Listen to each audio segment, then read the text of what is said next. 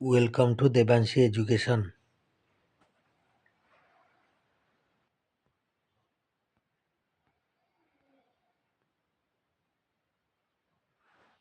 ଆଜି ଆମେ ପଢ଼ିବା ଓଡ଼ିଆ ବ୍ୟାକରଣ ପୂର୍ବରୁ ଆସିଥିବା ପ୍ରଶ୍ନ।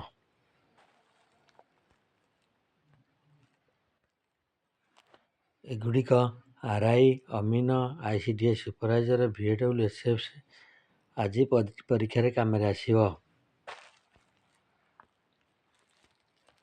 କ୍ୱେଶ୍ଚିନ୍ ନମ୍ବର 1କୁ ଯିବା। କ୍ୱେଶ୍ଚିନ୍ ନମ୍ବର 1ରେ କ'ଣ ଅଛି? ରାତ୍ରିର ସମାନାର୍ଥବୋଧକ ଶବ୍ଦଟି ଲେଖ।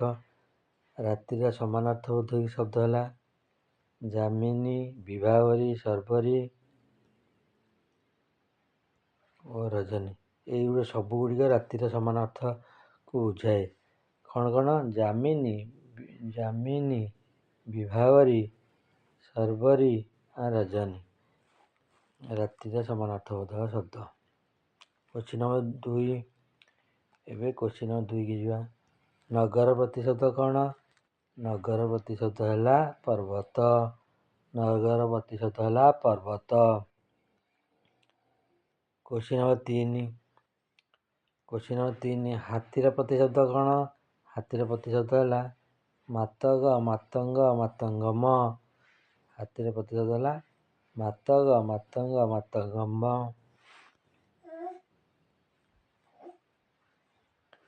ରଙ୍କର ସ୍ତ୍ରୀଲିଙ୍ଗ କ'ଣ? ରଙ୍କର ସ୍ତ୍ରୀଲିଙ୍ଗ ହେଲା ରଙ୍କୁଣୀ। ରଙ୍କର ସ୍ତ୍ରୀଲିଙ୍ଗ ହେଲା ରଙ୍କୁଣୀ। ନମ୍ବର 5। ବିପିନ, ବିପିନର ସମାନାର୍ଥବୋଧକ ଶବ୍ଦ ଗୁଡ଼ିକ ଲେଖ। ବିପିନର ସମାନାର୍ଥବୋଧକ ଶବ୍ଦ ହେଲା ଅରଣ୍ୟ, ଅଟବୀ, କାନନ, ବନ। ଅରଣ୍ୟ, ଅଟବୀ, କାନନ, ବନ ଏଗୁଡ଼ିକ ସବୁ ବିପିନର ସମାନାର୍ଥବୋଧକ ଶବ୍ଦ। Question number 6। ସମୁଦ୍ରର ଗୋଟିଏ ସମାନାର୍ଥବୋଧକ ଶବ୍ଦ ଲେଖ। ସମୁଦ୍ରର ସମାନାର୍ଥବୋଧକ ଶବ୍ଦଟି ହେଲା ଅର୍ଣ୍ଣବ। ଅର୍ଣ୍ଣବ ମାନେ ସମୁଦ୍ର। ସେହିପରି ମେଘର ସମାନାର୍ଥବୋଧକ ଶବ୍ଦ ଲେଖ। ମେଘର ସମାନାର୍ଥବୋଧକ ଶବ୍ଦ ହେଲା ନିରଦ।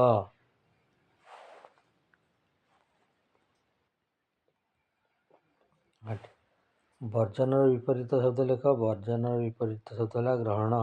ବର୍ଜନ କରିବା, ଗ୍ରହଣ କରିବା। ବର୍ଜନ କରିବା ତାର ବିପରୀତ ହେଲା ଗ୍ରହଣ କରିବା। Question number 9। ଉଷ୍ମ ବର୍ଣ୍ଣ ଗୁଡ଼ିକ କ'ଣ ଲେଖ। ଉଷ୍ମ ବର୍ଣ୍ଣ ଗୁଡ଼ିକ ହେଲା ତାଲବେଶ, ମୁଦ୍ନେଶ, ଦନ୍ତେଶ, ହ। ଉଷ୍ମ ବର୍ଣ୍ଣ ଗୁଡ଼ିକ ହେଲା ତାଲବେଶ, ମୁଦ୍ନେଶ, ଦନ୍ତେଶ, ହ।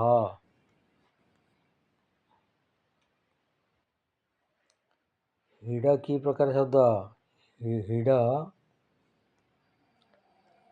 ହିଡ଼ କି ପ୍ରକାର ଶବ୍ଦ? ଦେଶର ଶବ୍ଦ। ହିଡ଼ଟି ହେଉଛି ଆମ ଦେଶର ଶବ୍ଦ।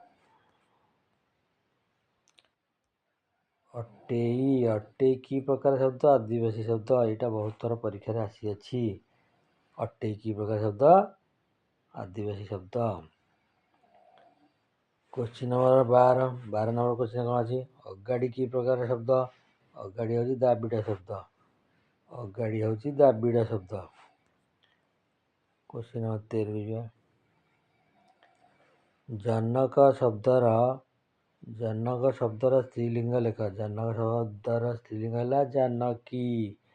ଜନକ ଶବ୍ଦର ସ୍ତ୍ରୀଲିଙ୍ଗ ହେଲା ଜାନକୀ। ଶିବର ସ୍ତ୍ରୀଲିଙ୍ଗ କ'ଣ? ଶିବର ସ୍ତ୍ରୀଲିଙ୍ଗ ହେଲା ଶିବାନୀ। ଶିବର ସ୍ତ୍ରୀଲିଙ୍ଗ ହେଲା ଶିବାନୀ। Question number 15। ପୁଣ୍ୟର ବିପରୀତ ଶବ୍ଦଟି ଲେଖ। ପୁଣ୍ୟର ବିପରୀତ ଶବ୍ଦ ହେଲା ପାପ ଆଉ କ'ଣ? ପୁଣ୍ୟର ବିପରୀତ ଶବ୍ଦ ହେଲା ପାପ ଆଉ କ'ଣ?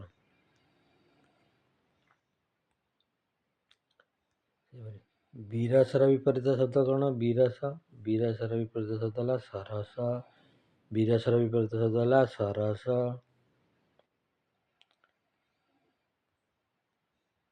ପ୍ରାଚୀର ବିପରୀତ ଶବ୍ଦ କ'ଣ? ପ୍ରାଚୀର, ପ୍ରତୀଚୀ। ପ୍ରାଚୀର ବିପରୀତ ଶବ୍ଦ ହେଲା ପ୍ରତୀଚୀ।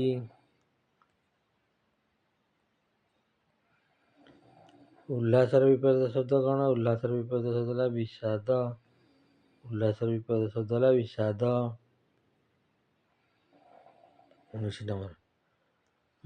ମସୃଣ। ମସୃଣର ବିପରୀତ ଶବ୍ଦ ବନ୍ଧୁର। ମସୃଣର ବିପରୀତ ଶବ୍ଦ ହେଲା ବନ୍ଧୁର। ଏକ ପଦରେ ପ୍ରକାଶ କର। ଅଧାରୁ ବେଶୀ, ଅଧାରୁ ବେଶୀ। ଅଧାରୁ ବେଶୀ ଏକ ପଦରେ ପ୍ରକାଶ କର। ଅଧାରୁ ବେଶୀ ହେଲା ଅର୍ଦ୍ଧାଧିକ। ଅଧାରୁ ବେଶୀ ଏକ ପଦରେ ପ୍ରକାଶ କର। ଅର୍ଦ୍ଧାଧିକ। ପିଲାମାନେ ଆମେ ଏହିପରି ଭାବେ 20ଟି ଓଡ଼ିଆ ବ୍ୟାକରଣ ଡିସ୍କସନ୍ କଲେ। ନେକ୍ସଟ କ୍ଲାସରେ ଆଉ କିଛି ଡିସ୍କସନ୍ କରିବା।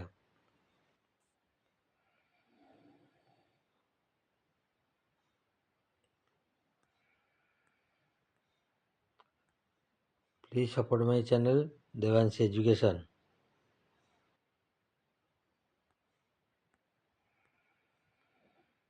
Thank you. जय जगन्नाथ।